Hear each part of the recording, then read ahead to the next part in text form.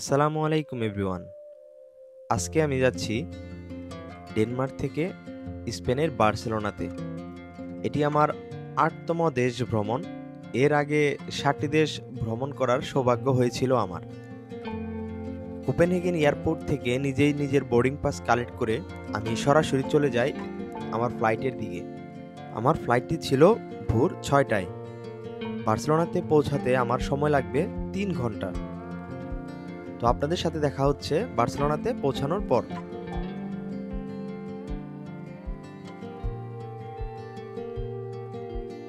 চলে এসেছি বার্সেলোনা এয়ারপোর্টে।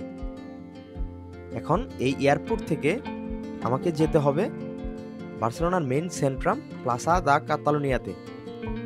বার্সেলোনার এয়ারপোর্টের বাইরে এই সুন্দর দৃশ্য আপনার মন জয় করে নেবে। এয়ারপোর্টের সামনে থেকে ট্যাক্সি নিয়ে আমি সরাসরি চলে আসি প্লাসা দা কাতালুনিয়াতে।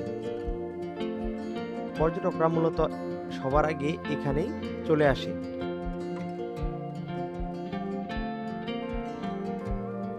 সামনে একটু হাঁটতেই চোখে পড়ল বার্সা স্টোর। আপনারা জানেন পৃথিবীর মধ্যে অন্যতম সেরা একটি ক্লাব এফসি বার্সেলোনা।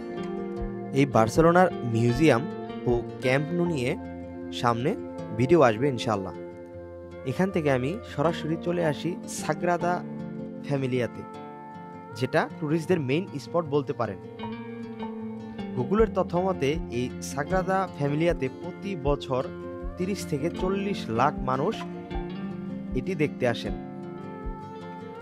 এটির ভিতরে প্রবেশের জন্য আমি 30 ইউরো দিয়ে টিকিট কাটি।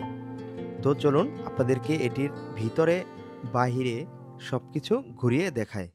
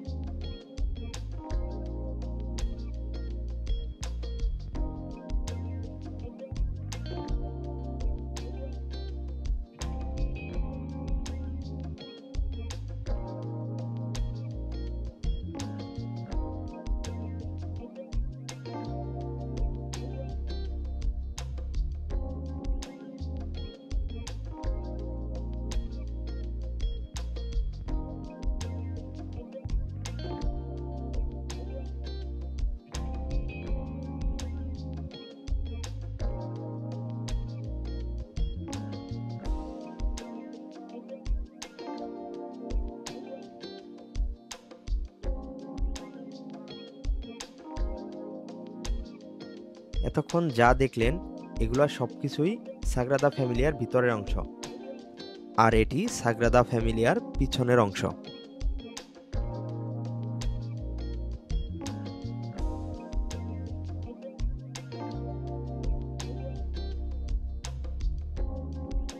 তো সবাই কেমন উপভোগ করলেন এই সাগ্রাদা ফ্যামিলিয়া? লাইক কমেন্ট করে বলে যাবেন, এবং যারা এখনো সাবস্ক্রাইব করেননি তারা অবশ্যই সাবস্ক্রাইব করে দিবেন।